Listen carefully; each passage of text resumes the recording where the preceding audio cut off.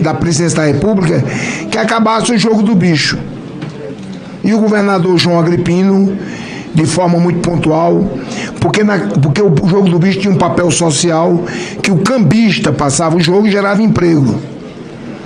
E determinou, deu 24 horas para que ele acabasse o jogo do bicho.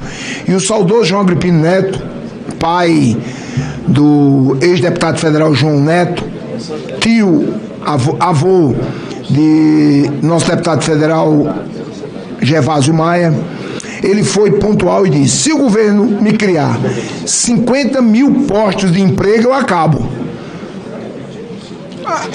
A grande preocupação das bets que eu vejo, além desse volume de dinheiro que precisa ser regulamentado, é a contrapartida social. O monitoramento da transparência, da seriedade tem que ter uma proporção, tem que ser transparente, tem que ter um órgão de inteligência, essa famosa inteligência artificial que tem, para fiscalizar, porque é a raposa tomando conta do galinheiro. Então, se tiver um órgão que possa acontecer, de fiscalizar como o jogo acontece, tendo uma regra dos percentuais, sobretudo recolhendo aos cofres do governo os impostos devidos. Vício, todos os bares estão abertos, tem placa de Coca-Cola e tem placa, nem tem placa de cerveja, mas quando o camarada quer ir lá buscar cerveja, ele pega cerveja. O que precisa, na verdade, é regulamentar para que as bets recolham os impostos devidos e que tenha uma contrapartida social. Agora há pouco o presidente falava sobre os times de futebol. O Brasil só tem 1.200 times, e eu falo isso para todos os senadores, todos os estados, federalizados. Quantos mil times não têm oportunidade de participar de um campeonato? Por quê? Porque custa R$1 milhão na CBF para regulamentar. Por que as bets, que tem que ter uma relevância social, tirar uma contrapartida para regulamentar boa parte desse time de futebol?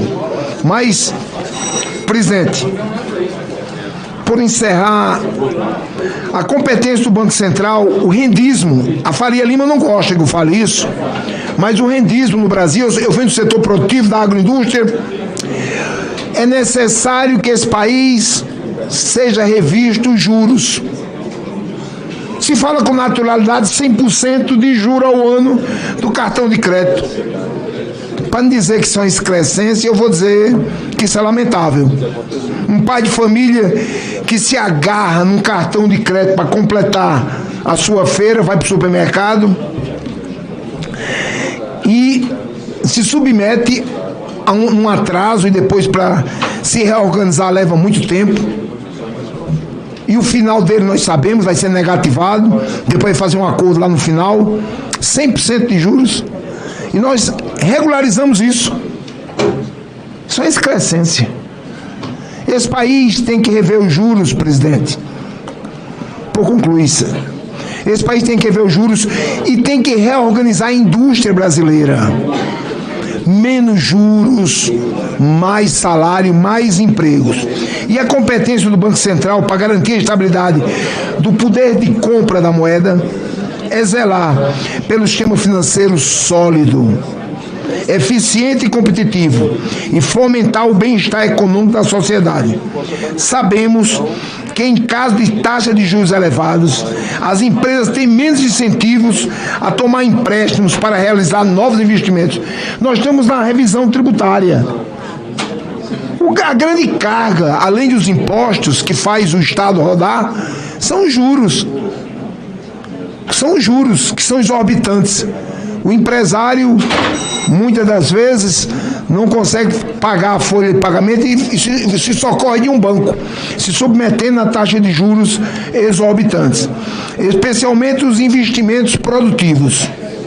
E que, por isso, a taxa de juros acaba sendo um fator que pode impactar o ritmo de desenvolvimento da economia. Senhor presidente, o senhor acredita que as medidas tomadas recentemente pelo Banco Central o fazem cumprir a sua função de fomentar o bem-estar econômico da sociedade brasileira? E por concluir, senhor presidente, está perdoado, senador Exalci sempre muito pontual. E o senhor, muito gentil, foi cumprimentado. Por concluir, Bolsa Família. O que tem a ver com o Banco Central? Tem. A Caixa Econômica é o único, e eu liguei para Carlos Vieira, meu conterrâneo muito competente. Primeiro eu perguntei a ele quanto era a remuneração, senhores senadores. Grande Renan, esse decano não por idade, mas por merecimento desta casa. A Caixa Econômica é quem paga o Bolsa Família. Lá nos cantos e recantos de um país continental, não tem Caixa Econômica, não. O pai de família que recebe um auxílio social, ele tem que ou vender para o comerciante, que cobra um ágio a ele, ou se deslocar para 50, 60, 70 quilômetros para receber. A Caixa Econômica, o papel dela é habitacional. Para isso que ela foi criada. Nós temos os Correios, em todos os cantos e recantos do Brasil, que está aí padecendo. Por que não delegar essa atribuição aos Correios? Há uma concentração de riqueza nos grandes centros, quando eu falo para os municípios longínquos desse país, que não tem uma agência da Caixa Econômica. E isso, há uma deficiência nesse atendimento social. Isso vem também, presidente, o camarada pega o Bolsa Família e tem uma facilidade de também jogar. Isso é ruim.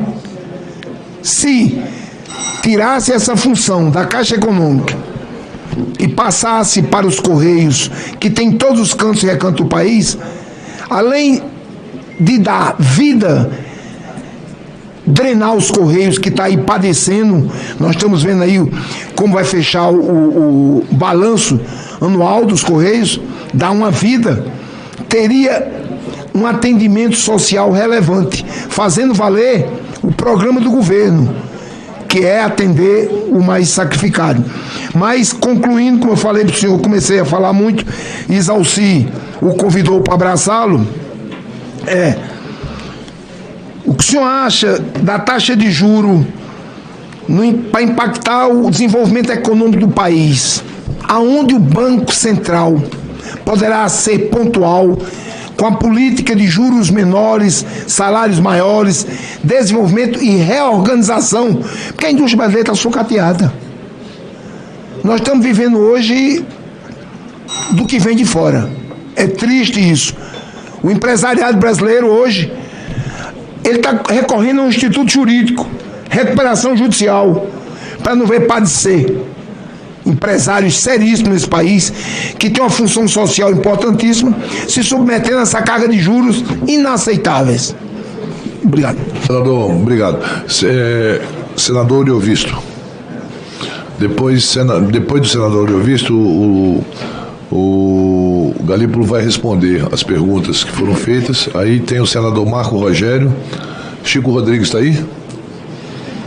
Vem aqui ainda? Vem. Paulo Paim está aqui. Marcos Pontes. Alessandro Vieira. Randolph. E Zenaide Reise, que são os últimos a falarem. O senhor vai escrever? Tá bom, então. Senador Oriovisto, e eu passo a presidência ao titular, lógico, meu amigo, companheiro de partido, Vanderlan.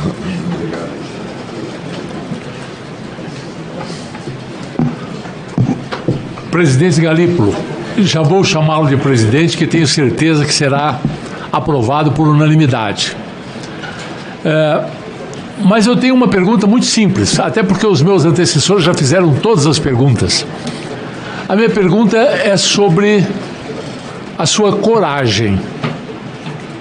Me perdoe, é uma pergunta até pessoal, mas eu tenho que lhe perguntar sobre a sua coragem. Eu tenho em mãos um livro do Henrique Meirelles, que ele publicou agora, cujo título é Calma sob Pressão.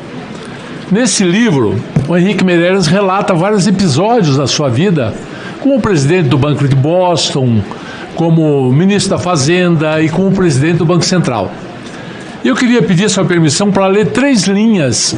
São palavras do Henrique Meirelles que eu vou reproduzir, relatando quando era presidente do Banco Central um episódio o qual provavelmente só vai passar por algo igual, não sei se nesse governo ou no próximo.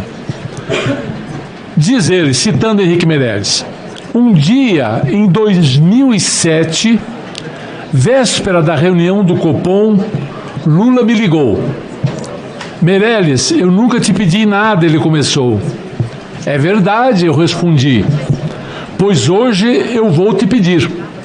Vou te pedir que corte os juros, porque senão nós não vamos crescer os 5% da nossa meta. Você precisa colaborar e baixar as taxas de juro. Meirelles respondeu: não, presidente, não preciso. Nós vamos fazer a política monetária correta e o Brasil vai crescer mais que 5%. Eu contra-argumentei. Lula então passou a repetir as opiniões de várias pessoas que estavam buzinando no seu ouvido, que o único entrave para o Brasil crescer era eu.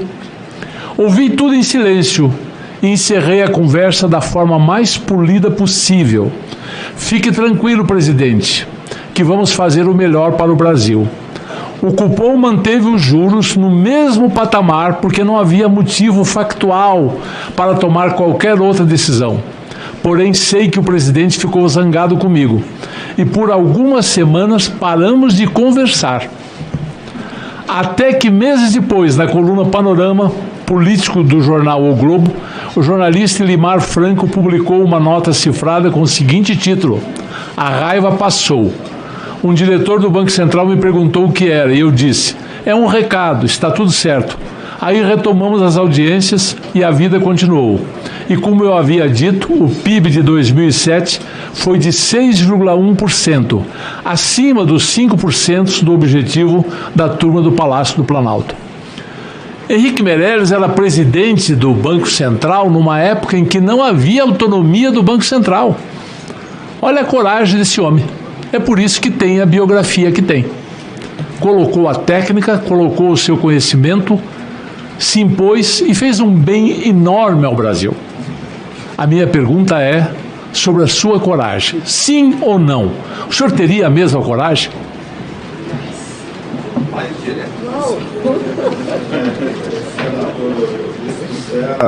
Senador Eulvício, encerra esse bloco com a até, palavra, Gabriel.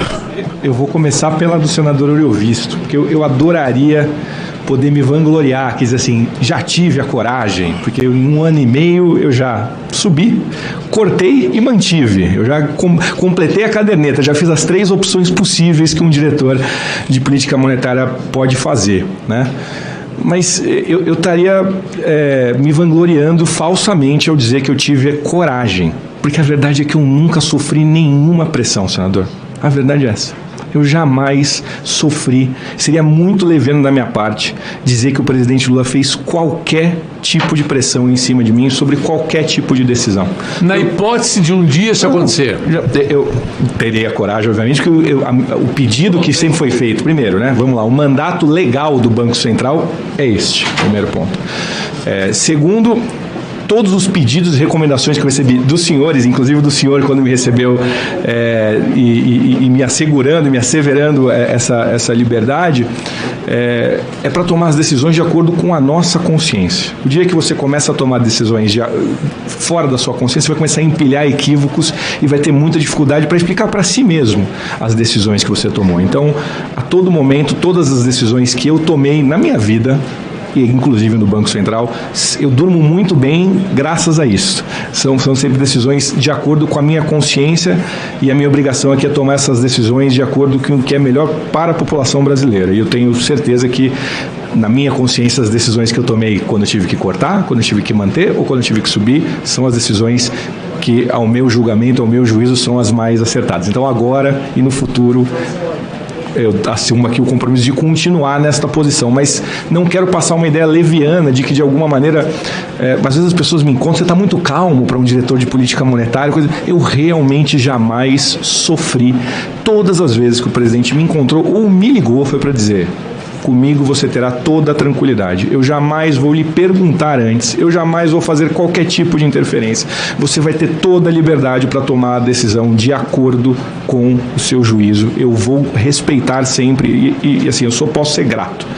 Desde o primeiro momento, antes de eu vir aqui para o Banco Central, eu vim para a Fazenda, a forma como o presidente sempre me tratou e me escutou. Assim, então, é um testemunho que eu preciso dar para não parecer que eu sou mais corajoso do que eu poderia fazer parecer aqui.